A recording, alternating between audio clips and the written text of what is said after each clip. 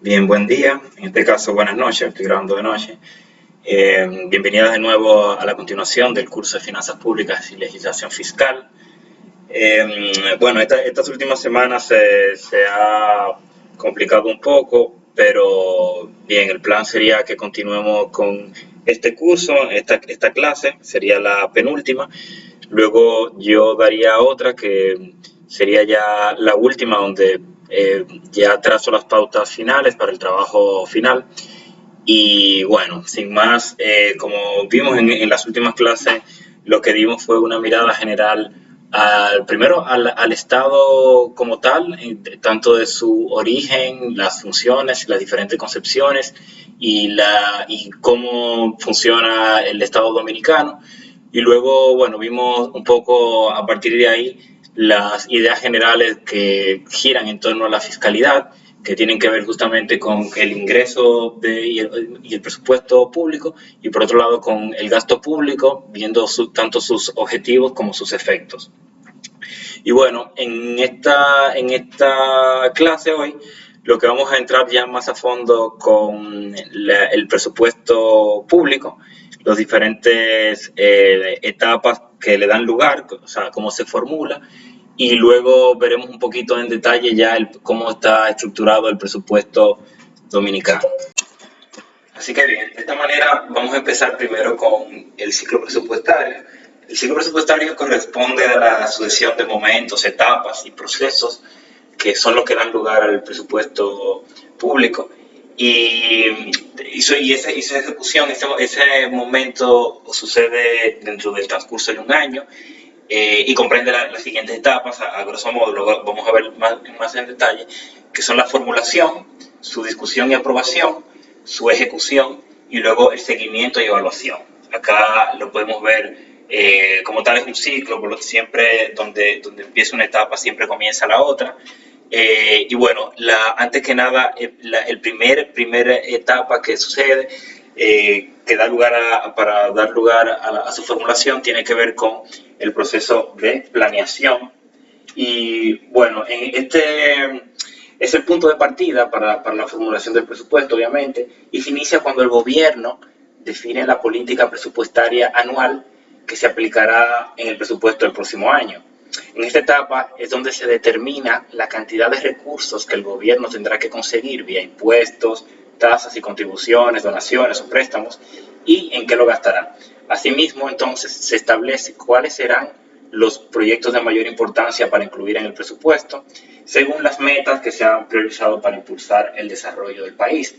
Y esto, bueno, aquí entramos, vamos a ver más adelante qué se toma en cuenta más allá de eso, o sea, cuáles documentos fijos se toman en cuenta para esto. Y bueno, además se define el monto límite que podrá gastar cada institución del gobierno, que es lo que denominamos como topes presupuestarios. Y bueno, la institución encargada de esta primera etapa de la formulación es el Ministerio de Hacienda, que se encarga de elaborar la política presupuestaria, pero sin embargo esta debe ser aprobada por el Poder Ejecutivo, por el Presidente de la República, y los representantes de los ministerios del Poder Ejecutivo, que se conoce como el Consejo de Ministros. Así que luego, bueno, justamente estas son las diferentes etapas que desde la planeación primero se puede decir que es el momento, por así decirlo, abstracto, en donde se determina qué es lo que se necesita hacer, y luego el proceso de programación corresponde ya a poner cuáles son los programas de gobierno en los que se concretiza esa planeación, y luego el proceso de presupuestación es justo, bueno, como su nombre lo indica, corresponde a agregar las diferentes partidas, montos específicos que conlleva el presupuesto. Entonces, en base a la política presupuestaria aprobada por el presidente, la Dirección General de Presupuesto, o DIGEPRES, es una dependencia ahora, una institución adscrita al Ministerio de Hacienda, y es la que da a conocer en cada año las instituciones del gobierno cuáles serán sus topes presupuestarios y los lineamientos generales para que éstas procedan a elaborar sus respectivos anteproyectos de presupuesto. Las instituciones entonces proceden a enviar sus anteproyectos a DIGEPRES para que ésta los analice y compruebe que cumplen con la política presupuestaria que se ha establecido previamente. Y luego la DIGEPRES se encarga luego de consolidar en un solo documento los diferentes anteproyectos que le fueron remitidos y los somete al Consejo de Ministros con el fin de que sea aprobado como proyecto de ley de presupuesto general del Estado para el año siguiente, ¿no? Entonces, este proyecto de ley debe ser remitido al Congreso Nacional a más tardar el 1 de octubre, eso lo vamos a ver ahora en el calendario presupuestario, y ahí entonces es donde se da el proceso de discusión y aprobación. Entonces, hasta aquí todavía estamos en la primera etapa, que corresponde a esta primera etapa de formulación, y son planeación, programación y presupuestación. Entonces, luego entramos a la segunda etapa de esa, que es la discusión y aprobación del presupuesto. Entonces, el principal actor aquí es el Congreso Nacional, es el Poder Legislativo, ¿no? Entonces, tanto por la Cámara de Diputados como por el Senado de la República, que es quien analiza el proyecto de ley presentado por el Poder Ejecutivo. Entonces, los legisladores tienen la opción de aprobar por mayoría absoluta el proyecto de ley del presupuesto o de introducir cambios al documento y luego someterlo al voto para la aprobación. En este caso, la aprobación se realiza con 2 de cada 3, mayoría absoluta, que es digamos así, el 66% de los legisladores del Senado y de la Cámara de Diputados. Entonces, además tiene la opción de solicitarle al Poder Ejecutivo que introduzca modificaciones, que es lo que se denomina las adendas al presupuesto, al presupuesto originalmente sometido al Congreso. Entonces, según lo establecido por la Constitución, cuando el Congreso no haya aprobado, regirá automáticamente el presupuesto del año anterior. Entonces, esto lo vemos ahora mismo con más detalle cuando veamos el calendario presupuestario.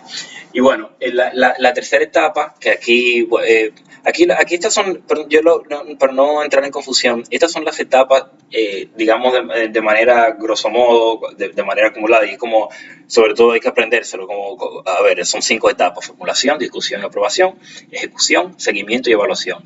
Aquí esto es un poquito más en detalle, entonces luego aquí estaríamos hablando de la tercera etapa, que es la ejecución del presupuesto, y es que una vez aprobado el presupuesto general del Estado por el Congreso, es la Dirección General del Presupuesto, DIGEPRES, quien tiene que programar, mediante lo que se denomina cuotas de compromiso, cómo se distribuirán los recursos para cubrir los gastos estimados por la institución del gobierno, y eso se hace cada 3 meses. La ejecución del gasto presupuestado por las distintas instituciones del gobierno se registra entonces a través de un sistema computarizado que se hace completamente online, con internet, y vincula a las diferentes instituciones públicas. Este sistema se conoce formalmente como Sistema de Información de la Gestión Financiera, el SIGEF, y es a través del SIGEF que se realizan los registros de los diferentes momentos de la ejecución del gasto del gobierno, por ejemplo, el proceso que autoriza el pago de salarios a los empleados públicos, las compras y equipos de materiales, el pago a contratistas, etc. Entonces, durante la etapa de ejecución es posible introducir modificaciones al presupuesto para lo que se necesita una ley que se conoce como presupuesto complementario.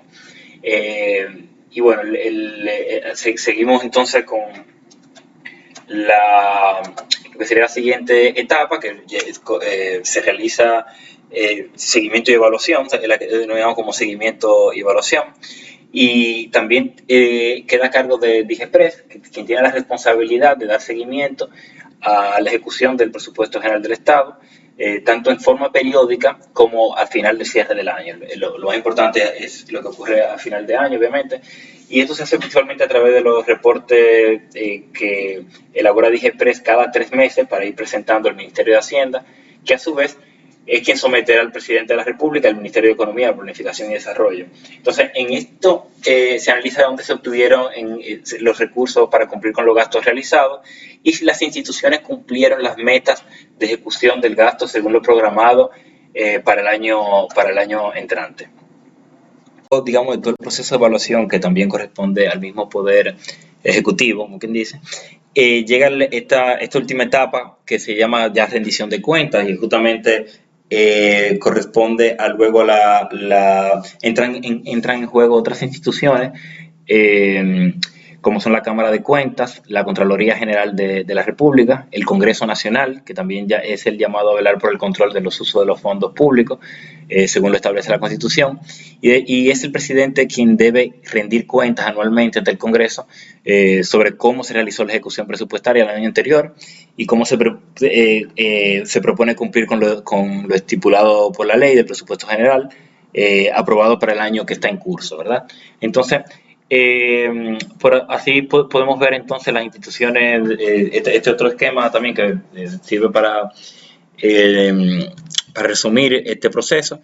Y bien, primero tenemos las instituciones del gobierno, diferentes instituciones que ejecutan el presupuesto, ¿verdad? Que presentan sus anteproyectos del presupuesto. O sea, cada institución, esta es una etapa totalmente descentralizada en la que cada institución debe sugerir y mostrar cuáles son sus necesidades como institución, qué se pretende, qué necesita hacer según su POA, su programa anual, y luego es el Ministerio de Hacienda en la institución adscrita de Dirección General de Presupuestos quien debe consolidar estos diferentes anteproyectos y consolidarlo en un solo proyecto de ley de presupuesto general del Estado. Luego el Consejo de Ministros es quien revisa, aprueba y remite al Congreso Nacional. Es el Congreso quien aprueba en sus dos cámaras, ¿verdad? Y no solo aprueba, debe revisarlo y tiene la potestad de modificar, de sugerir e introducir nuevas partidas y finalmente aprobarlo. Luego, la ley de presupuesto general como tal, de aprobada, corresponde al Poder Ejecutivo nuevamente, al presidente, de promulgar la ley de presupuesto general del Estado por el Poder Ejecutivo. Y bueno, esto es importante saberlo, que en caso de no aprobarse ningún presupuesto, prácticamente el proyecto de ley de presupuestos regresa al Poder Ejecutivo para modificarse y luego es el Congreso quien le corresponde aprobarlo nuevamente. Entonces, aquí como quien dice, tiene que haber un completo consenso, tiene que haber un acuerdo total entre los dos poderes. No puede haber esa discordancia, entonces eso hay que tenerlo bastante presente. Luego, esto es lo que decía ahorita de los documentos de planificación del gobierno, que son los que sirven de base al presupuesto del Estado. Por un lado, tenemos como la Estrategia Nacional de Desarrollo, la de 2010-2030, que, bueno, como todos sabemos, se realizó durante un proceso bastante largo de consulta, donde participaron de instituciones internacionales, pero sobre todo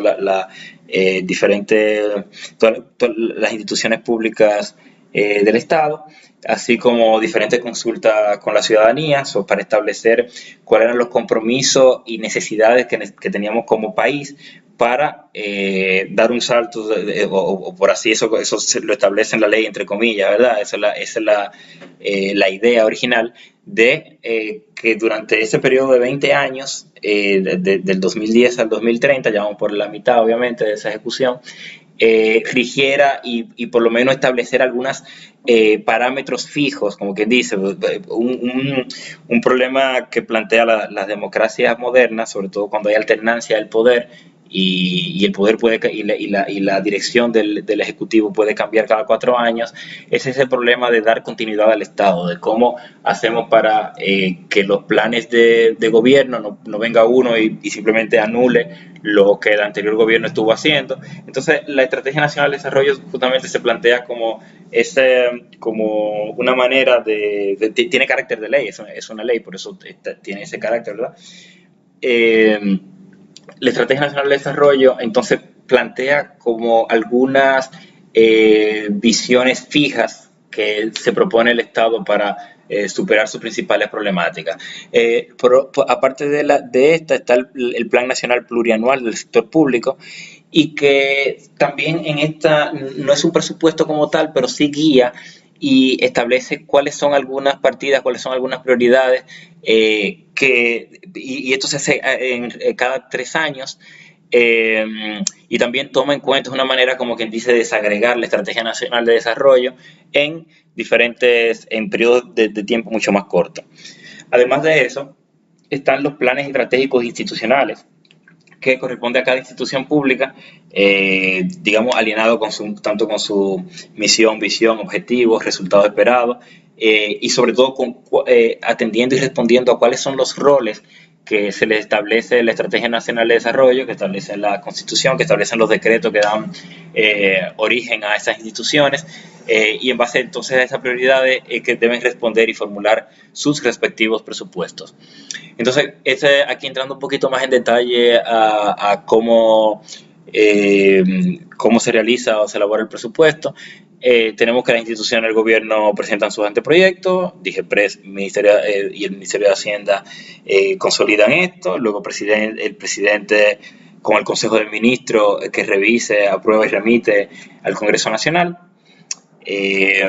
Luego el Congreso es quien revisa, modifica y aprueba, y la ley y el Ejecutivo nuevamente promulga la ley de presupuesto. Entonces, aquí llegamos a lo que conocemos como el calendario presupuestario.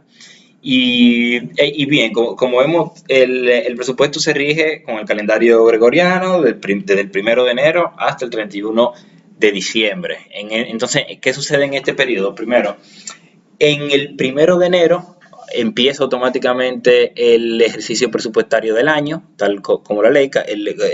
Esto ya lo dije anteriormente, pero es importante saberlo. El presupuesto nacional es una ley anual, por así decirlo. Empieza el 1 de enero, termina el 31 de diciembre. Es lo que rige lo que sucederá y cómo gastará el Estado en ese año. Entonces, el 1 de enero arranca el ejercicio presupuestario. Estas son las diferentes leyes y reglamentos que van rigiendo este proceso. Luego, en febrero, se hace la presentación del presupuesto consolidado del sector público, que es básicamente lo que decíamos del proceso de rendición de cuentas, tanto de todas las instituciones como del Poder Ejecutivo. Y luego en marzo se presenta el cronograma de actividades para la formulación del presupuesto del año siguiente. En abril tenemos la publicación de la Cuenta General de los Ingresos y Egresos de la República del año anterior. Es decir, ya el cuarto mes del año, y por eso es importante tener claro que como se trata de un ciclo presupuestario, es un proceso, como quien dice, vivo, en el que se solapan, por así decirlo, tanto el ejercicio del año anterior como del año vigente, que corresponde a la ejecución, como al mismo tiempo se va dando ya la planeación del año siguiente. Entonces, por eso tenemos que en ese ciclo, mientras al mismo tiempo que se va dando, que primero, el ejercicio o la ejecución presupuestaria va a ocurrir durante todo el año siempre, porque todas las instituciones van a estar siempre gastando dinero a lo largo del año, ¿verdad? Entonces, sin embargo, la rendición de cuentas también va ocurriendo, pero la rendición de cuentas siempre corresponde a lo que pasó anteriormente, ¿no? Mientras que la planeación y programación y presupuestación va a ocurrir en el futuro. Se está pensando para poner un ejemplo, en este caso, mientras en el año actual, todavía 2020, estamos ya se va dando el proceso de rendición de cuentas y de evaluación y análisis de lo que sucedió y cómo se gastó el 2020, pero al mismo tiempo ya se hizo el presupuesto del 2021, obviamente, que empieza en el 1 de enero. Pero al mismo tiempo ya pronto, en los próximos meses, va a estar dando lugar a comenzar a concebir cómo va a ser la política de gasto para el 2022. Entonces, esto es importante tenerlo claro. Así que bueno, como decíamos, aquí seguíamos con el proceso todavía de rendición de cuentas, que en este caso corresponde a la Cámara de Cuentas, entonces hacer ese informe de análisis y de auditoría sobre la ejecución del presupuesto del año anterior. Y luego la actualización del marco financiero del presupuesto, que es lo que va a ver, ¿cómo lo explico? Esa actualización del marco financiero del presupuesto corresponde a revisar cuáles son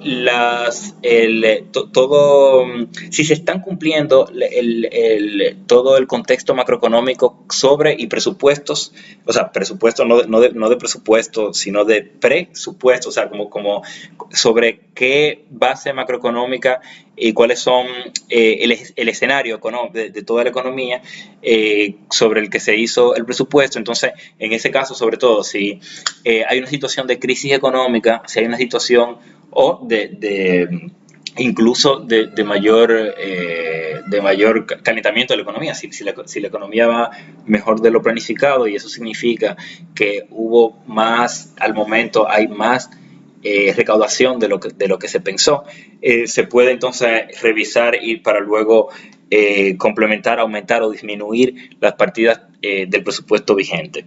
Entonces, en mayo, luego se hace la actualización del Plan Nacional Plurianual del Sector Público, y en junio se hace el sometimiento del presupuesto plurianual, luego la actualización de ese presupuesto y el establecimiento de la política presupuestaria que va a regir el próximo año.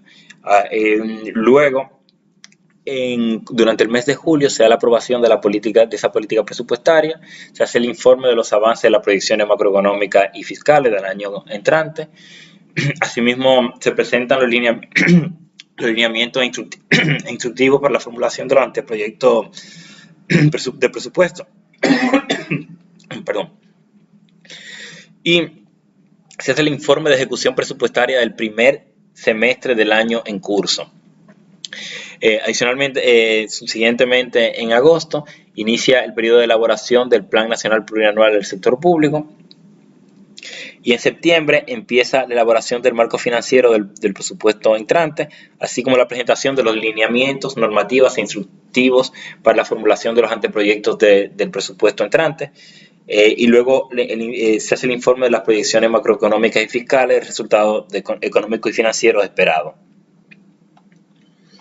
Luego, en octubre, tenemos ya la presentación del proyecto de presupuesto general del Estado del Congreso, la aprobación del presupuesto plurianual, la aprobación de la política presupuestaria.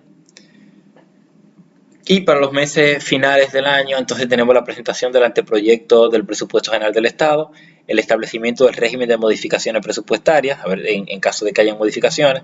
Luego el Poder Ejecutivo debe presentar al Congreso el Plan Nacional Plurianual del Sector Público, así como al mismo tiempo ya se da el proceso de discusión y aprobación del Congreso, por parte del Congreso, del proyecto de presupuesto.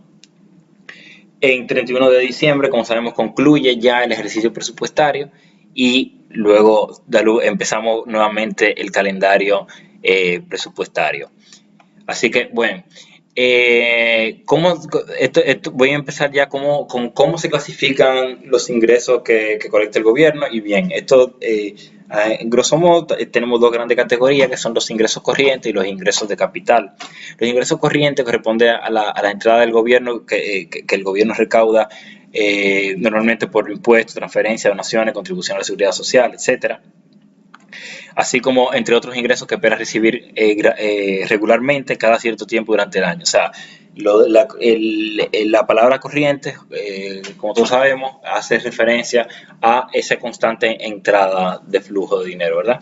Mientras que los ingresos de capital ocurren de manera más puntual y son generalmente, suceden como por el pago a realizar a la venta de algún ya sea terreno, propiedad, maquinaria o activos, en general no financieros, o ya sea el cobro de un préstamo, alguna inversión del capital que haya realizado el Estado. Entonces, pero en general los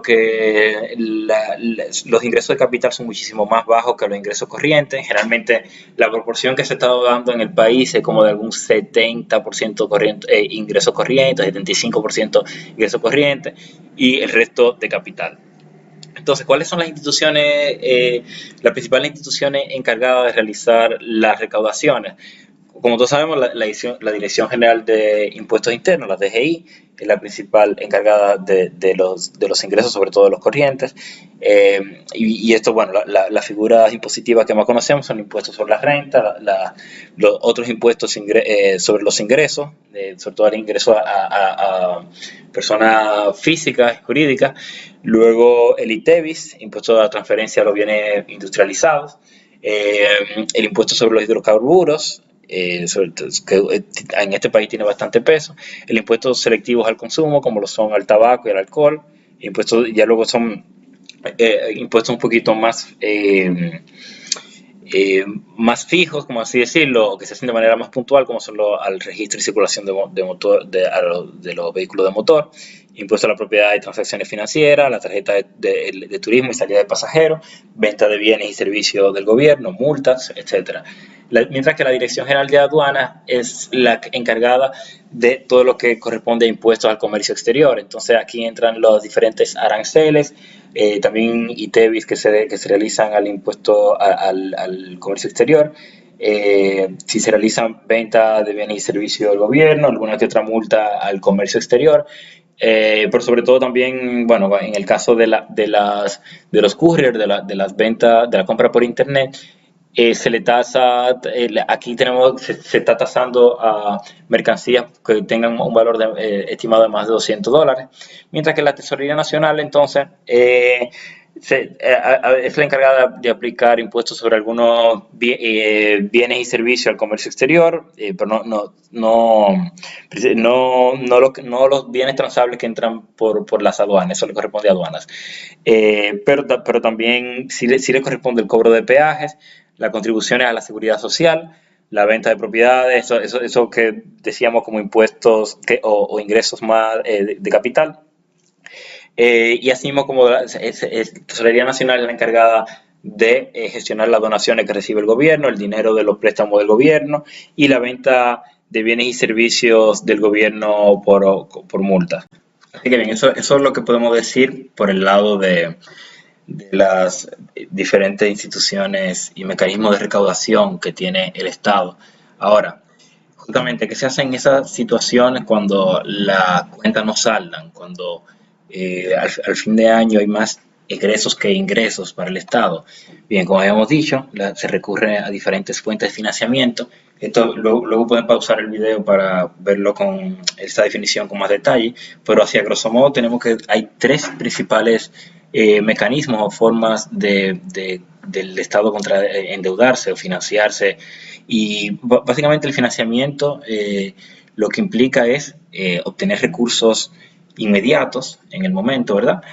A cambio de una mayor cantidad de pago de recursos en el futuro. Entonces, básicamente, cuando el financiamiento o el endeudamiento del Estado implica esa acción de cambiar recursos en el largo plazo por recursos en el corto plazo. Entonces, en ese sentido, tenemos que los estados cuentan con tres formas principales. Una es la de préstamos tanto internos como externos.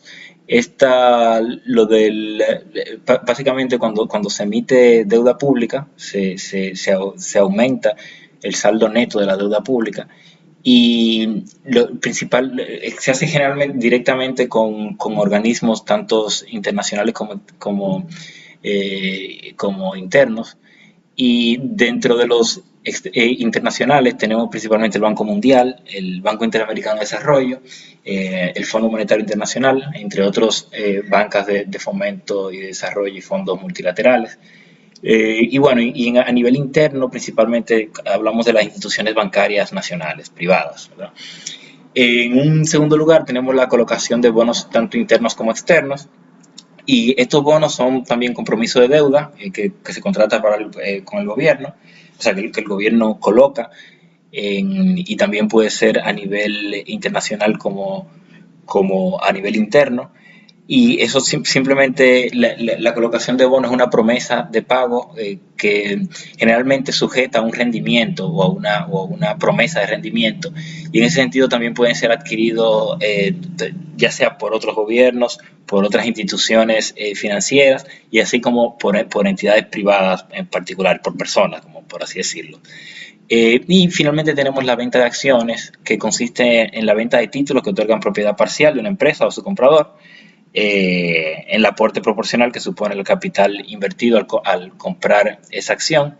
Entonces, aquí de nuevo la venta de acciones es un mecanismo sobre todo del sector privado y de los mercados financieros, pero los gobiernos también pueden recurrir a esta, sobre todo cuando se trata de grandes empresas nacionales, perdón, más que nacionales, de empresas públicas o estatales.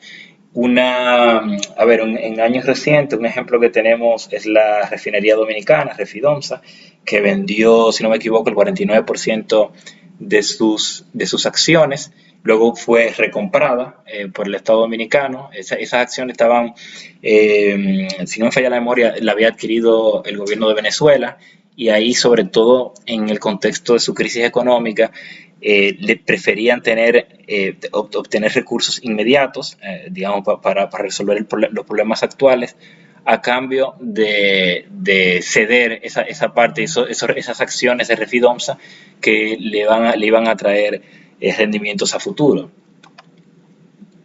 Y bien, aquí ya entramos esto es un tema súper importante para todos los fines relacionados con tanto seguimiento como evaluación, como formulación y todo el ejercicio de veeduría ciudadana sobre los presupuestos públicos. Y es que se trata de los clasificadores presupuestarios. Esto luego les enseño el link directo, pero está compendiado en el libro de clasificadores presupuestarios. Los clasificadores son básicamente herramientas informativas que agrupan los ingresos, los gastos y el financiamiento de acuerdo a una serie de criterios o patrones. Entonces, esta estructura se define sobre la base de la necesidad de los usuarios y del propósito de proporcionar, acceder, consultar y analizar información del presupuesto que se considera útil. Esto contribuye a la generación de información financiera con criterios de confiabilidad, relevancia, comprensibilidad, oportunidad, o sea, que tienen que también responder al momento, y consistencia. Y su estructura se define sobre la base entonces de las necesidades de los usuarios y del propósito que esto tenga.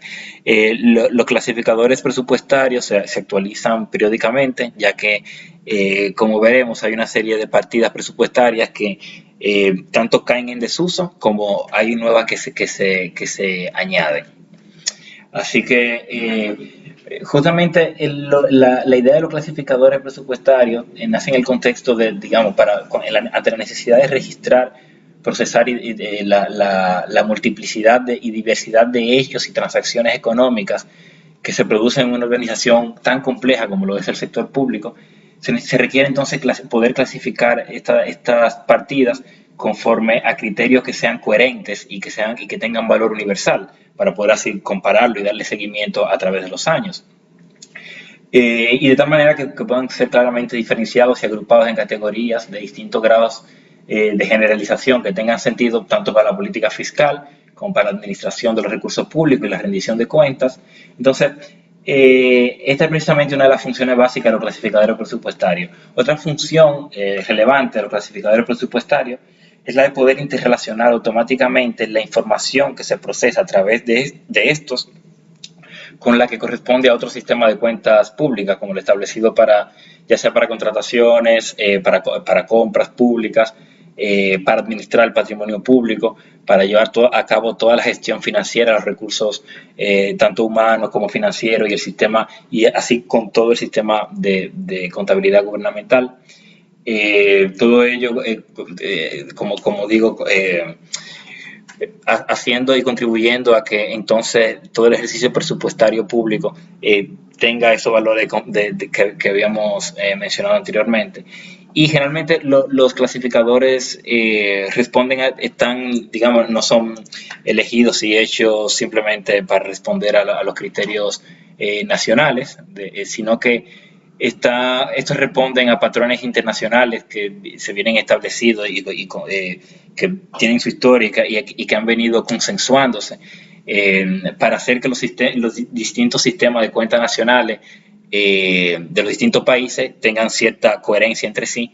Y todo esto entonces se afinca en el sistema de cuentas nacionales de las Naciones Unidas y el manual de estadística de la finanza pública del Fondo Monetario Internacional. Entonces, esto contribuye a posibilitar que puedan haber y se pueda realizar comparaciones y análisis de carácter internacional.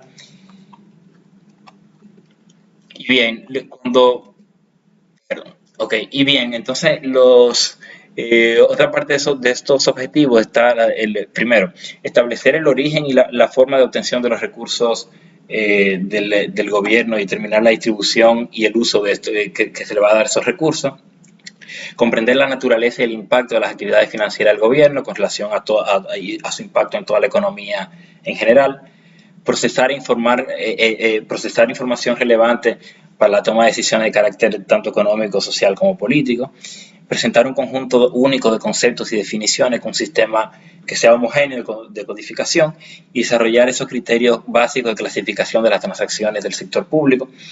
Reunir en un solo documento las distintas formas de clasificar los ingresos, los gastos y el financiamiento público para que se facilite, digamos, su interpretación de todo el proceso presupuestario. Y también presentar un sistema de cuentas que sea armonizado. Así, como decía, estos clasificadores presupuestarios se van a llevar a cabo durante todo el proceso que habíamos mencionado del ciclo presupuestario, desde su formulación, su ejecución, análisis, para darle seguimiento y luego, obviamente, para todo el proceso de evaluación y también así de rendición de cuentas de la ejecución presupuestaria. Estos son los principales clasificadores del gasto que se toman en cuenta. ¿No? Vamos a entrar un poquito más en detalle con cada uno, pero bien, estos son los principales. Por un lado el institucional, el económico, el objetal, y luego el funcional, geográfico y programático. Luego también hay otros que luego voy a entrar en detalle.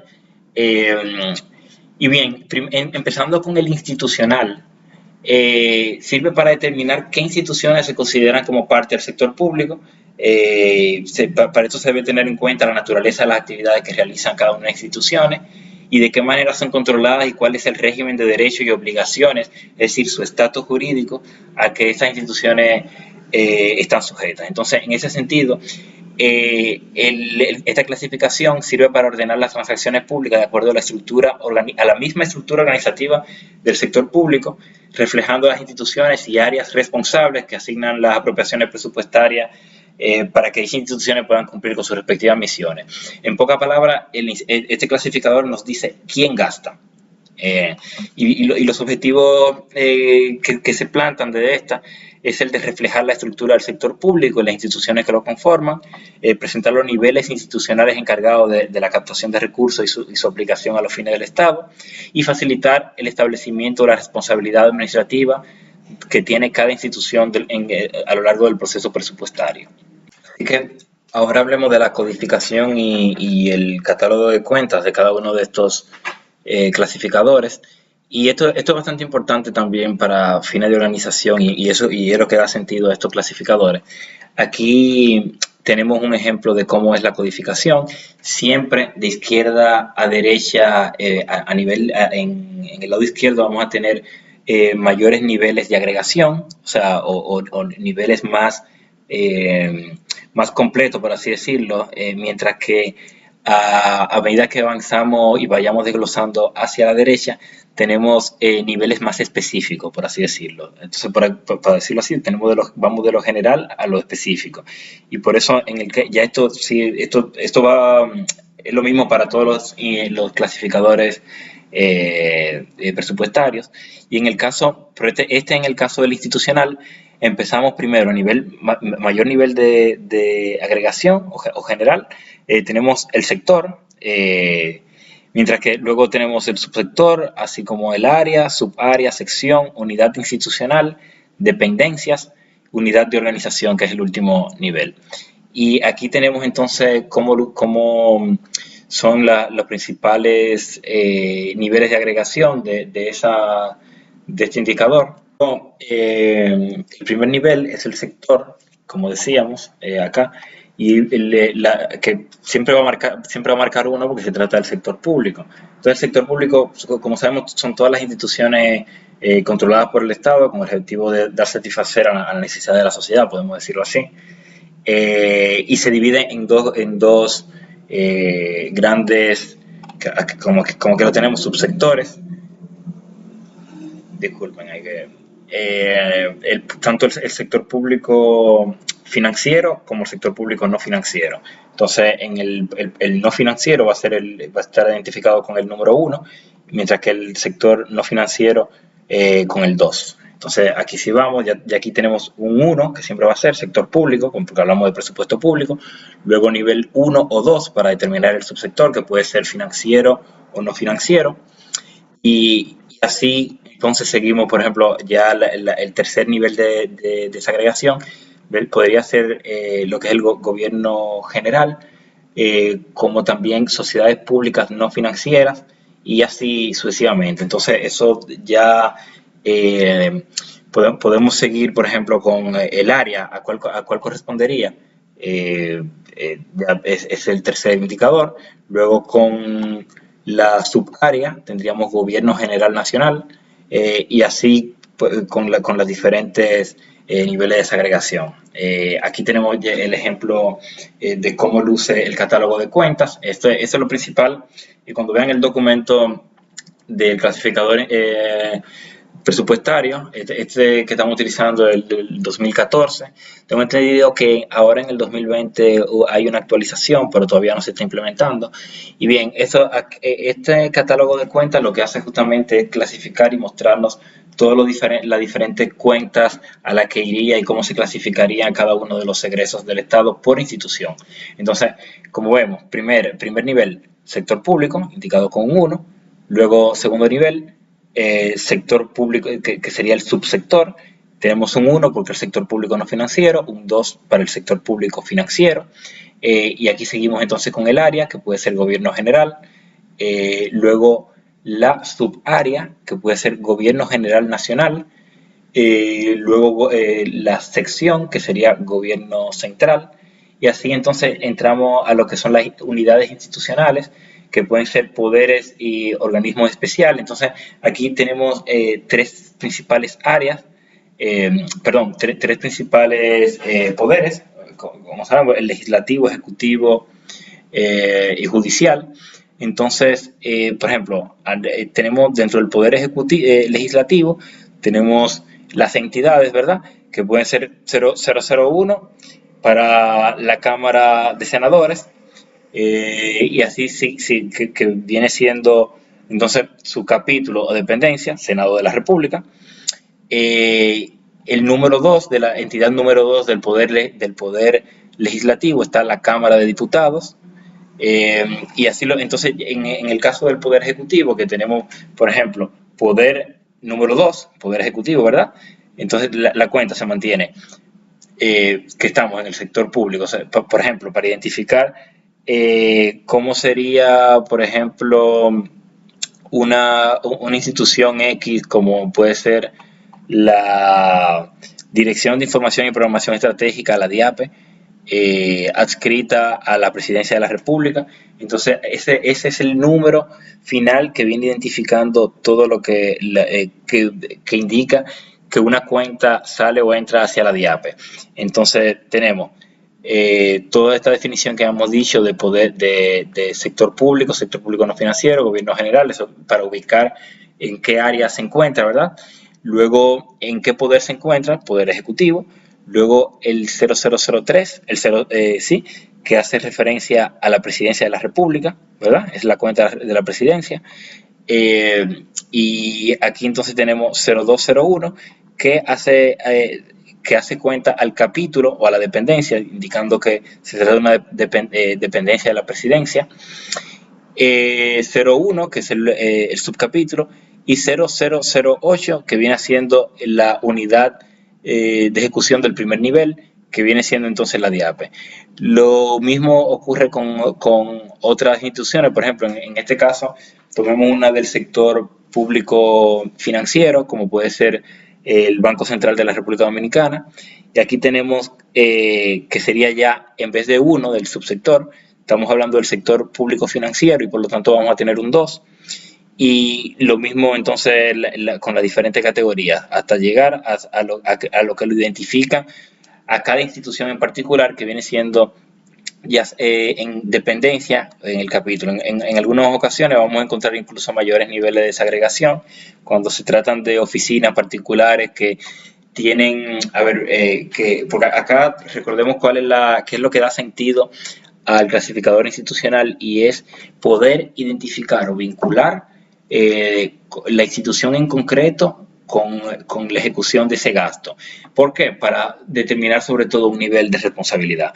Entonces, de esta manera, siempre y cuando haya esa entidad gubernamental tenga cierto nivel de responsabilidad, o sea, si tiene, por así decirlo, un responsable o una oficina financiera como tal que lleve a cabo esa determinación del gasto de esos fondos, entonces va a aparecer acá como unidad, ya sea del nivel que corresponda, ¿verdad? Aquí entramos al clasificador por objeto del gasto o clasificador objetal, y este clasificador lo que busca es especificar y registrar los gastos que realiza el gobierno en el proceso presupuestario, ¿verdad? Entonces, esta especificación permite conocer, respondiendo básicamente a la pregunta ¿en qué se gasta? Y como su nombre lo indica, objetal o de objeto, refiere al objeto en concreto o al concepto en el cual se está ejecutando el dinero.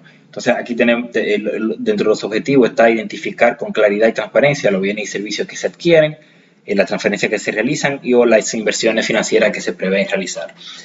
También facilitar el desarrollo y la aplicación de los sistemas de programación y gestión del gasto público, permitir la utilización de la estructura de gastos en toda la etapa del proceso presupuestario, así como proporcionar la orientación, normas y procedimientos, los cuales deben ajustarse a las instituciones gubernamentales en la elaboración del presupuesto de gastos.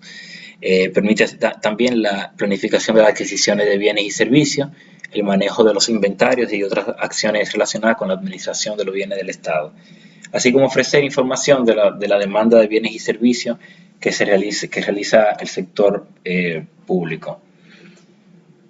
Este clasificador ordena, resume y presenta en forma homogénea los gastos programados en el presupuesto, de acuerdo con la naturaleza que tenga esos servicios y bienes de consumo, ya sea de consumo, de capital, requeridos para la prestación de los servicios públicos. Entonces, la codificación que va a utilizar, esta es menos detallada que la anterior que presentamos, ¿verdad? Entonces, empezando de izquierda a derecha, primero el objeto de gasto, luego la cuenta, subcuenta y el auxiliar de cuenta. Entonces, un ejemplo sería, por ejemplo, si vamos a hablar de sueldo fijo de una institución del Estado cualquiera, tenemos primero que ubicarlo, que ese gasto está en la orden de remuneraciones y contribuciones, luego remuneraciones y luego remuneraciones al personal fijo, entonces sueldos fijos, ahí que viene entrando, y aquí tenemos más en detalle. Por un lado, primero, el tipo, estamos hablando de que es objetal. Ese 2 hace referencia al objeto. A que se trata de que es una clasificación objetal. Entonces, el objeto viene siendo primero remuneraciones y contribuciones, luego, pero así, ponte, para el 2 hace, por ejemplo, para contrataciones de servicios. Entonces, si el 1, porque es remuneración de contribuciones, remuneraciones, el 1.1, luego la subcuenta, remuneración al personal fijo, y luego en el auxiliar de cuenta podemos determinar si se trata del 0.1 para sueldos fijos, 0.2 para sueldos a médicos, 0.3 ascenso a militares, 0.4 niveles, nuevas plazas de maestros, y así. Como vemos, se tratan de partidas muy específicas que permite desagregar. Si en vez del 1 la subcuenta indicara un 2, entonces estamos hablando de remuneración al personal con carácter transitorio, no personal fijo, ¿verdad? Por ejemplo, con la subcuenta 3 se identifica el sueldo al personal que es fijo pero que está en trámite de pensiones. Por ejemplo, con la 4 identificamos el sueldo número 13 o doble sueldo de diciembre. Y así como con otras, por ejemplo, si queremos identificar el gasto de agua que ha tenido una institución, aquí tenemos 1, 7. En la cuenta pasa a ser la 2 porque se trata de contratación de servicio, ¿verdad? Entonces, la 2, dentro del 1, el 7 hace referencia al agua. Lo mismo si se trata, por ejemplo, por recolección de gas de residuos sólidos. En el caso de que sea, por ejemplo, publicidad, impresión, encuadernación y no una contratación de servicio, entonces aquí le ponemos un 2 y no un 1. Y así como los viáticos, etcétera. Por ejemplo, con los bienes inmuebles e intangibles, aquí vamos a tener por objeto el número 6. Entonces, si se trata de mobiliario y equipo, le agregamos a la subcuenta un 1.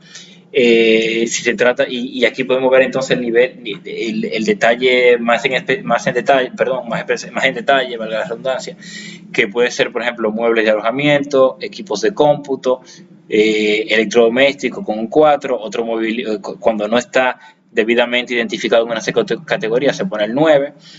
Y así. Entonces, si por ejemplo este mobiliario de equipo tiene una función educacional o recreativo, también lo detalla, por ejemplo, y así permite, por ejemplo, identificar hasta cámara fotográfica y de video con un 3 en la subcuenta. El siguiente indicador es el económico, y este es bastante importante, sobre todo para los análisis presupuestarios, ya que puede servir como elemento de análisis en la estructura y evolución del sistema tributario, pero también utilizarse para efectuar análisis tanto del orden macroeconómico, por cuanto los elementos que permiten evaluar el rendimiento fiscal de una determinada actividad económica, el grado de afectación del sistema tributario nacional, etcétera. También para brindar información sobre la naturaleza de la deuda pública, facilitar las proyecciones de los gastos públicos con fines de análisis macroeconómico, establecer la remuneración a los factores de reproducción, ya sea de producción, ya sea como si se puede para programar si puede haber un aumento de sueldo al año siguiente, etcétera. Entonces, esto justamente lo que hace es identificar la naturaleza económica de las transacciones que realiza el sector público. Como decíamos, para su análisis, para analizar el impacto que va a tener el gasto público, sobre todo a nivel económico nacional. Esta clasificación entonces permite la integración de la información del sector público con el sistema de cuentas nacionales, facilitando el análisis del sector público en un contexto más amplio, que sobre todo el económico nacional. Y el clasificador económico entonces contempla tres grandes conceptos que son ingresos, gastos y financiamiento, eso lo vamos a ver ahora. Y bien, básicamente siguiendo con los objetivos está la identificación con más claridad de estas dimensiones del gasto, fiscales, ¿verdad? Y así como facilitar la aplicación de los sistemas de programación y gestión y permitir la planificación de los gastos a futuro. Como vemos acá, tenemos que el título va a determinar si son ingresos, gastos o financiamiento. Entonces, un 1 para los ingresos, un 2 para los gastos y un 3 para financiamiento. Entonces, el subtítulo no va a hablar ya sea para ingresos como para gastos, va a hablar si son corrientes o de capital, entonces va a ser 1 o 2. En el grupo tenemos los impuestos, pero también las contribuciones a la seguridad social con un 2, ventas y bienes de servicio con el 3, y a ver, no puse el ejemplo de lo que sería el 4, pero bueno, siguiendo con el otro nivel que vendría a ser el subgrupo, tendríamos, por ejemplo, impuestos, dentro de los impuestos tendríamos impuestos sobre los ingresos y la utilidad de ganancia de capital, y aquí la podríamos, en esa cuenta podría cargársele, por ejemplo, a ese mismo impuesto sobre los ingresos y las utilidades, ya sea para personas físicas con 1, para empresas y corporaciones 2, y otros impuestos sobre los ingresos 3, que pueden ser sobre la nómina y fuerza de trabajo, sobre la propiedad, sobre los bienes y servicios, etc. En el caso de la contribución a la seguridad social, tenemos contribuciones del empleado, que se marca en el subgrupo con un 1, pero también puede ser contribuciones del empleado al sector público, contribuciones de los empleados del sector privado, está diferenciado, ¿verdad? Y luego tenemos en el subgrupo 2 las contribuciones que hacen los empleadores, los empresarios, ¿verdad? Entonces, aquí pueden ser, si son para el sector, lo mismo si son para el sector público o privado, con diferenciando un 1 y un 2. Y en caso de que estos ingresos corrientes provengan de ventas de bienes y servicios que realiza el Estado, entonces tenemos en el 1, venta de establecimiento no de mercado, porque sobre todo cuando son entidades públicas que no se están rigiendo por las leyes de mercado, es decir, que los precios no están simplemente sujetos y no están compitiendo con otras empresas. En este caso, un ejemplo de eso sería, por ejemplo, la tarifa eléctrica, que no está sujeto a las simples leyes de oferta y demanda del mercado, ya que se trata básicamente de un monopolio manejado por el Estado. Mientras que en venta de establecimientos de mercado entrarían, por ejemplo, las ventas que realiza Inespre, ya que sí entra prácticamente son bienes y servicios que también se pueden encontrar en el mercado, pero es el Estado en este caso que los realiza. En el tercero ya sean los derechos administrativos que cede el Estado. En 4, venta imputada de bienes y servicios.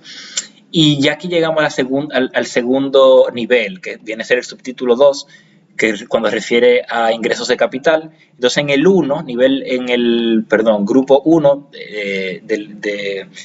del título 2, que son ingresos de capital, tenemos venta de activos no financieros. Entonces esto pueden ser, aquí tenemos la venta de activos fijos, como pueden ser ventas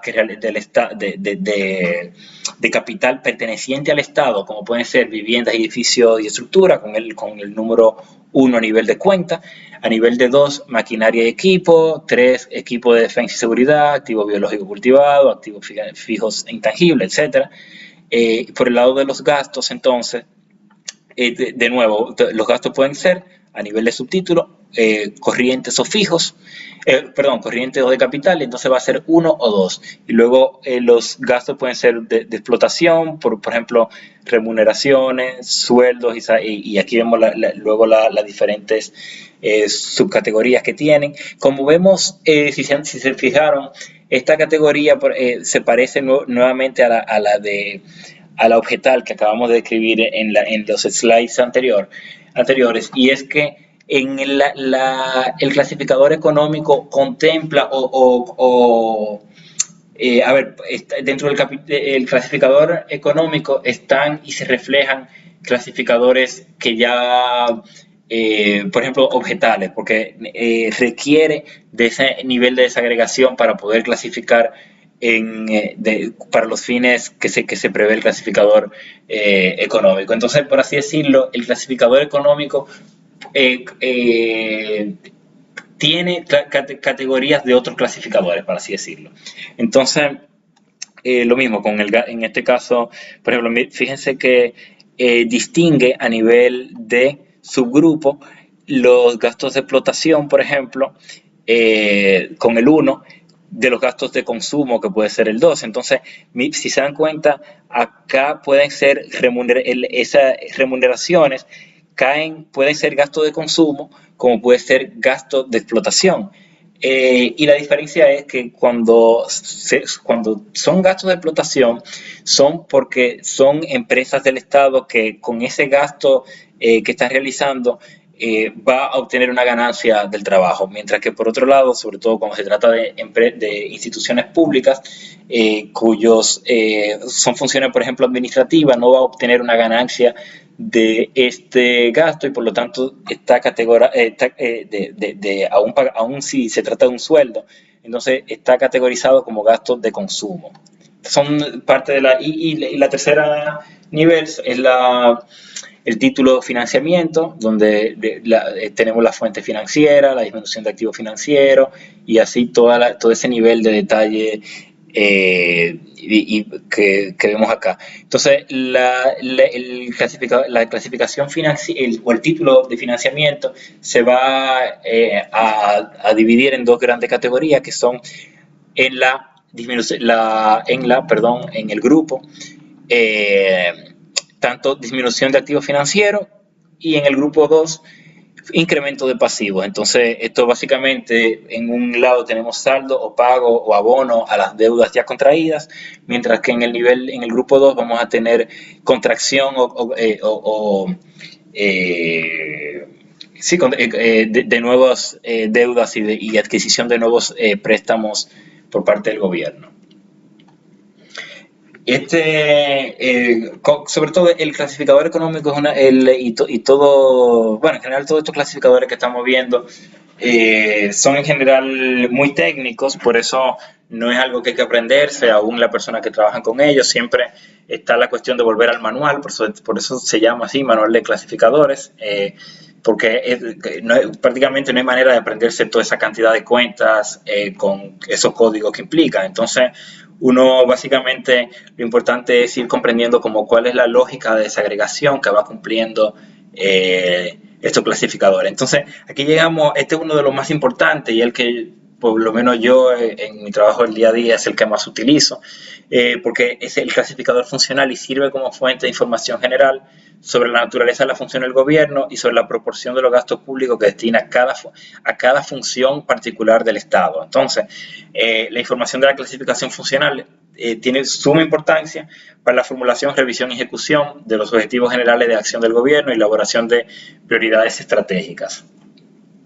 Es común que un organismo de gobierno cumpla una o más funciones y que una función sea realizada por varias instituciones. Los clasificadores funcionales tienen entonces por objeto corregir esa dispersión que ocurre mediante la agrupación de los gastos que realizan las instituciones públicas de acuerdo con las funciones que destinan a sus recursos. Entonces, entre los objetivos está establecer las funciones de los servicios generales, de servicios sociales, servicio económico y protección del medio ambiente, que son las cuatro, lo veremos ahora, las cuatro principales categorías del gasto por función.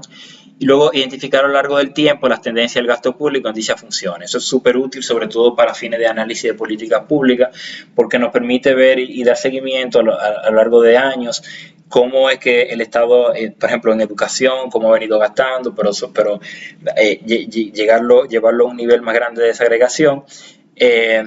Y también otro de los objetivos es definir la partida presupuestaria. Bueno, sobre todo estoy respondiendo a la pregunta que lo mencioné en clase anterior de para qué se gasta, o sea, como para qué el Estado está gastando. Y eso, la importancia que yo encuentro también en este clasificador es que es uno de los clasificadores más fácilmente comprensibles para la ciudadanía. Entonces, para fines de transparencia, de veeduría y de seguimiento de parte de la ciudadanía, el presupuesto ciudadano, este es uno de los más útiles. También es tiene es mucho más corto en su nivel de desagregación, como vemos los otros, que en la codificación encontramos a nivel de subcuenta, títulos, etcétera, subtítulos. Aquí básicamente encontramos tres niveles de desagregación. El primero es la finalidad, el segundo es la función y el tercero es la subfunción. Algo que no mencioné, pero bueno, esto lo veremos en todos los clasificadores, cuando esa alusión a la X, a la 2X, a la 4X, nos va a indicar el número de dígitos por ese concepto. Entonces, cuando hay X, es que va a ser del 1 al 10 o menos. Cuando de acá es del 1 al 99 y acá hasta 1000, por así decirlo. Entonces, esto lo que nos está diciendo es la cantidad de desagregación que puede haber dentro de cada nivel. Ajá. Entonces, por ejemplo, en el nivel 1 tenemos los servicios públicos generales, en el nivel 2 la administración general, este es un ejemplo, ¿verdad? Y en el nivel 3 los órganos ejecutivos y legislativos, por ejemplo. Entonces, viéndolo acá, en la finalidad, por ejemplo, vamos a tener que la finalidad es servicios generales, y dentro de la función estaría la de la administración general, o sea, veámoslo así, dentro de las funciones generales del Estado, el Estado, para cumplir con sus otras funciones, tiene que realizar funciones de administración o administrativas como tal, que se refieren a, por ejemplo, dentro de cada institución pública, los recursos, la gestión de los recursos humanos o toda la parte administrativa y de gestión entraría acá.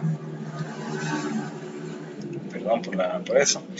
Entonces, tendríamos, por ejemplo, a nivel de finalidad, servicios generales, pero servicios generales. Luego, dentro de la función, administración general. Dentro de la subfunción, órganos ejecutivos y legislativos, gestión administrativa y financiera fiscal de la económica y planificación. Pero, por ejemplo, con la cuenta 98, investigación y desarrollo relacionado con la administración general, o sea, son cosas muy específicas, pero por ejemplo, si nos vamos a la subfunción, a la función 2, que es la de relaciones internacionales, aquí tenemos en la 02, relaciones internacionales desde oficinas en el exterior, por ejemplo, cooperación al exterior 03, con la defensa nacional, por ejemplo, la función 3, y la defensa militar 01. Por ejemplo, en el caso de la justicia, orden público y seguridad, corresponde a la función 4. Entonces tenemos el servicio de seguridad en el interior, administración y servicio de justicia, el 03. Y lo mismo cuando seguimos ya con otros niveles, como son servicios sociales, por ejemplo, que viene siendo finalidad 4. Y ponemos que dentro de la función está la de proporcionar vivienda y servicios comunitarios. Entonces acá podemos desagregar a nivel de urbanización y servicios comunitarios, desarrollo comunitario, abastecimiento de agua potable, alumbrado público, la 04, y así por ejemplo, a nivel de salud, que sería la funcionalidad 2 dentro de servicios sociales. Entonces aquí tenemos actividades deportivas, por ejemplo, aparte. Y, por ejemplo, si queremos ver dentro de la función educativa, por ejemplo, la educación inicial vendría siendo la cuenta 01 a nivel de subfunción, dentro de la función educación, dentro de servicios sociales que realiza el Estado.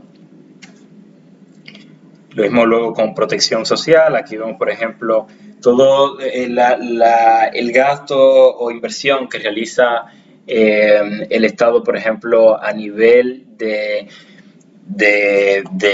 proporcionar algunos servicios a la población envejeciente. Entonces aquí lo tenemos como protección dentro de la subfunción, dentro de la finalidad de protección social, perdón, dentro de la función protección social. Aquí tenemos en 01 la protección social a edad avanzada, pensiones, etc. El quinto de esos de estas finalidades es la administración de intereses de la deuda pública, y ahí tenemos entonces todas esas diferentes categorías. Bien, entonces aquí llegamos al clasificador programático. Este tiene como propósito detallar los recursos financieros que se requieren para adquirir los recursos reales que han de posibilitar la producción de los bienes y servicios por parte de las instituciones públicas que son necesarios para el logro de los resultados esperados para alcanzar los objetivos de políticas públicas que se han trazado, ¿verdad? Entonces, entre sus objetivos está el de posibilitar la expresión financiera de la política gubernamental en el presupuesto, servir de herramienta básica para alcanzar una mayor eficiencia y eficacia en la gestión, potenciar la actividad de regulación del ritmo de gestión presupuestaria, y proporcionar al gobernante y al administrador información necesaria para el seguimiento de las actividades en los niveles inferiores, y a los encargados del control y a los ciudadanos en general la posibilidad de verificar cómo se avanza en el logro del objetivo presupuestado. A ver, aunque pueda sonar como más complicado, en realidad es el más intuitivo y el más fácil de comprensión, porque hace referencia en detalle a cuál es la actividad que se programó, ¿verdad? Por eso la palabra programático. Disculpen, dejé pasar ese ruido ahí. De manera concreta, o sea, tal como se programó, se presupuestó, pero tomando en cuenta cuál es la actividad. Entonces, cada vez es el clasificador que quizá más en boga está y que quizá es de los más nuevos, pero también es de los más útiles y cada vez gana mayor utilidad, porque también junto con el funcional es el que permite de manera más fácil entender, porque especifica directamente cuál es la actividad de la que estamos hablando y cuál es el presupuesto que se puso para eso y cuál es el presupuesto que se ha ejecutado en eso. Entonces, sí, podemos ver que el esquema de codificación que sigue es el siguiente. En un primer nivel está el programa o categoría equivalente. 2, el producto o categoría equivalente. 3, el proyecto. Y 4, la actividad o obra. Entonces, la formulación que se hace sigue el siguiente esquema y es quién, qué, cómo, el producto y el indicador. Entonces, ¿quién? Se trata de quién es el beneficiario de la política o hacia dónde va ese recurso de manera ya sea directa o indirecta. Entonces, en el caso, por ejemplo, si hablamos de el producto o política concreta de niños y niñas de 3 a 5 años reciben servicio educativo en el segundo ciclo del nivel inicial, así como se pondría en el presupuesto. Así es como saldría, por ejemplo, en el plan operativo anual del Ministerio de Educación. Entonces, ¿quién va a ser el beneficiario acá? Niños y niñas de 3 a 5 años, que hablamos de un servicio educativo como segundo ciclo del nivel inicial. Ese es el detalle, ¿verdad? Entonces, lo interesante de los clasificadores programáticos es que también es mucho más fácil vincularlos con metas y con indicadores en concreto, y para fines ya luego de evaluación de la política presupuestaria nos facilitan bastante porque está esa relación clara de cuánto se gastó en qué. Más allá, mientras que por ejemplo en el objetal habla de la cosa, ya sea el sueldo, esa es la cosa, o los lapiceros que se gastaron, o el cambio de neumáticos para vehículos para vehículos, por ejemplo, de la Policía Nacional, un ejemplo, ¿verdad? Acá estamos hablando de cuál era el objetivo de esa actividad inicialmente. Entonces, por ejemplo, mujeres gestantes acceden a atención prenatal integrada, que se puede reflejar como en el indicador del número de mujeres gestantes con atención prenatal integrada. ¿Quiénes? Las mujeres gestantes. ¿Qué? Atención prenatal. ¿Y de qué manera? Integrada. Entonces, acá es un poco, se hace de manera más intuitiva, por así decirlo, pero a su vez implica una mayor cantidad de desglose de actividades finales. Entonces, por aquí tenemos, por ejemplo, cuál sería el equivalente, cómo se refleja esto en las cuentas del presupuesto, ubicando programas a mayor nivel general de desglose, ¿verdad? El producto, que en este caso puede tratarse, por ejemplo, de niñas y niñas de adolescentes de 12 a 14 años reciben servicio educativo en el primer ciclo del nivel. Entonces estamos hablando de cuál sería el proyecto, no necesariamente va a estar detallado, por eso aparece como no aplica. Y la actividad y obra, el servicio de educación secundaria a niños y adolescentes de 12 a 14 años. Y esto, lo interesante es que también permite, como vemos acá, vincularlo, como decíamos, con un indicador, pero también con el clasificador funcional. Aquí te lo indica directamente, que cabría, me imagino que este es el 4, que es, como vimos anteriormente, protección social, o servicios sociales, perdón, 4.4, que viene siendo educación, y el 03, que viene siendo, bueno, no recuerdo bien, pero supongo que es A ver, veámoslo acá. Sí, como veíamos, 4403, educación media, ¿verdad? Entonces, acá como lo vemos, se vincula porque estamos hablando de educación secundaria, educación media, y aquí está entonces, ese es el programa específico. Esta es la función. Y también permite vincular con la unidad responsable, que como sabemos cabería dentro del clasificador institucional. Por lo tanto, esta es una manera muy clara e intuitiva de ir vinculando los clasificadores, los diferentes clasificadores, pero poniéndole nombre y apellido a esa función social del Estado. Entonces, aquí llegamos al clasificador geográfico. Bueno, aquí no hay mucha ciencia. Este establece la distribución espacial de los gastos que realizan las instituciones públicas, tomando como unidad básica justamente la división político-territorial del país, y sirve de base para el establecimiento de las relaciones fiscal y financiera entre el gobierno nacional, las administraciones regionales y los gobiernos municipales. Entonces, el esquema que sigue, el siguiente, en la codificación, tenemos el primer nivel, región, luego regiones de planificación, perdón, en el segundo nivel la provincia y en el tercer nivel municipio. Esto creo que está mal porque debería ser un 10 dígito acá, un dígito acá y 2 acá, porque hay más de 30 provincias. Entonces, aquí tenemos el ejemplo. A nivel 01, la región Cibao Norte, por ejemplo, hablamos de 10 regiones de planificación. Primero Cibao Norte, 01, ¿verdad? Entonces, provincia Santiago, 01, y por lo tanto entonces sería 0101, pero si hablamos, por ejemplo, del municipio o del distrito municipal Baitoa, aquí sería el 02 del municipio 01, que es Santiago, de la provincia 01 de la región 01. Ahora, si queremos, por ejemplo, ya un poquito de manera más específica, por ejemplo, estamos hablando del distrito municipal Las Galeras, ese va a tener el nivel 03, porque indica el distrito municipal del que se trata, que es forma parte del municipio 01 de Santa Bárbara de Samaná, y ese a su vez forma parte de la provincia 04 que es Samaná, de la región 03, que es Cibao Noreste.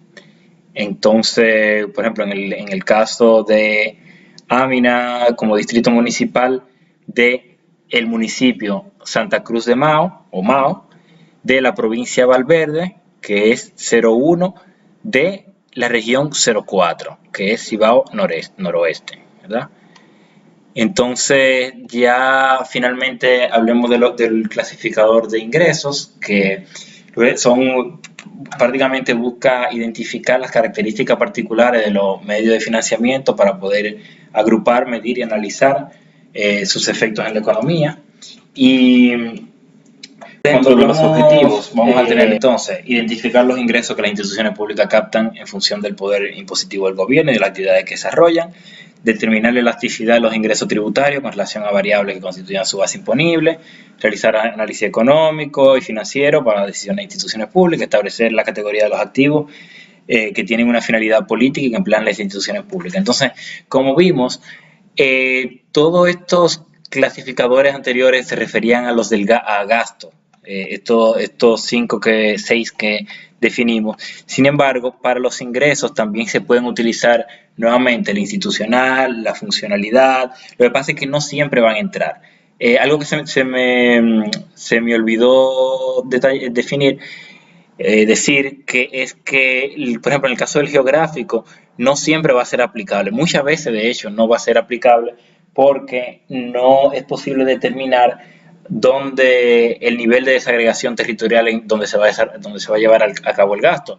Esto sobre todo cuando hablamos de que, por ejemplo, si hablamos de la función educativa, hay una parte, si bien a nivel de ejecución el Ministerio de Educación utiliza otra desagregación territorial para que son para definir dónde están las distritales, por ejemplo, dónde están las escuelas. Sin embargo, hay una buena parte del gasto que se realiza de manera centralizada por el Ministerio de Educación, que está acá en la Máximo Gómez. Entonces, sin embargo, hay una parte de ese gasto, como por ejemplo todo ese trabajo, o cómo yo clasifico, por ejemplo, ahora sobre todo con el caso de la educación a distancia. Pero si yo tengo que, por ejemplo, toda esa labor de desarrollo de la clase virtual, se hace de manera centralizada aquí en Distrito Nacional, pero va a parar también a un municipio X, como por ejemplo, Villa Bisonó, Navarrete, en Cibao Norte. Entonces, no siempre es posible. Y lo mismo con otras funciones, por ejemplo, de la presidencia o de los generalmente de los ministerios, que se realizan de manera centralizada, pero que benefician a toda la población. Por lo tanto, los clasificadores geográficos para el gasto no siempre van a poder aplicarse. La idea es que a medida con el tiempo se pueda desagregar y se pueda tener un mayor nivel de desagregación de ese gasto. Pero en el caso de los ingresos, entonces también se puede, como que dice, valen todos estos indicadores que mencionamos anteriormente, desde el geográfico hasta el funcional, hasta lo programático, se puede también hacer por los ingresos, pero nuevamente no siempre es aplicable. ¿Por qué? Porque en el caso de los ingresos, se trata de muy poco, o en relación a todos los ingresos del Estado, son muy pocos los que tienen funcionalidad o finalidad, ya sea geográfica o programática, de lo que sea, ya definido. O sea, hay veces en que sí, por ejemplo, cuando se toma, por ejemplo, en el caso de algunas partidas específicas, como lo son, por ejemplo, que se dedica el 30% de lo que recauda el impuesto a las máquinas tragamonedas va a deporte. Creo que hay un 20% que va a derechos de la niñez, de eso que se recauda. Asimismo va el 75% de los 2 pesos extra que se le paga, uno de los impuestos a los hidrocarburos, a la gasolina, el 75% de lo que recauda esos 2 pesos a cada galón, va, por ejemplo, o debería ir, no sé, son otros 500 que no siempre se cumple, pero debería ir y está establecido en la ley, a rehabilitación de vías y de calles, por ejemplo. Entonces, como que fuera de eso, donde sí podemos, como que sí, ahí sí le entraría por ejemplo, la clasificación, el clasificador programático para esos ingresos, pero para el resto no es así. Como funciona el Estado es que se recauda, se busca o se financia, y luego se decide para qué. O sea que, por lo tanto, ese nivel de asignación entre los ingresos y los gastos es minoritario, por así decirlo, una relación minoritaria dentro de los ingresos y gastos del Estado. Y bueno, acá la codificación que sigue va de concepto a cuenta, subcuenta, a cuenta auxiliar o auxiliar de cuenta. Entonces, como por ejemplo tendríamos entre los ingresos por impuestos sobre el patrimonio, sobre impuestos sobre la propiedad de transacciones financieras, impuestos sobre las operaciones inmobiliarias, etcétera. Entonces acá tendríamos en el tipo 1, impuestos, el concepto, tipo, estamos hablando de ingresos acá, concepto impuestos, la cuenta impuestos sobre los ingresos de la persona física, y así sucesivamente. Pero bueno, esto prácticamente lo vimos anteriormente. Y estos son ya los otros clasificadores que vienen a ser.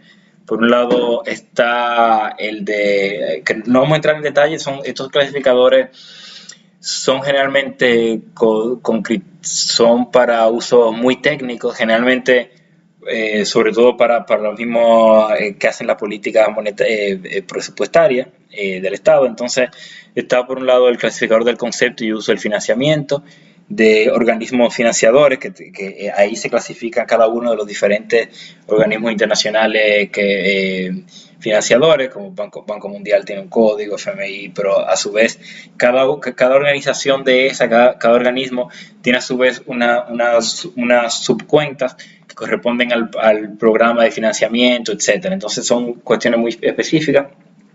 Vimos con la fuente de financiamiento, con las transacciones monetarias y no monetarias, y con el tipo de moneda también, que básicamente clasifica según divisa, yen, euro, etcétera, etcétera.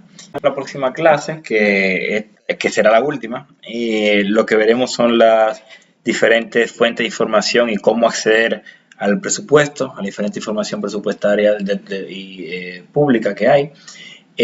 Haremos énfasis dentro de esas fuentes en la que es la principal de ellas, que es el libro donde se contempla la ley de presupuesto general de la nación de cada año.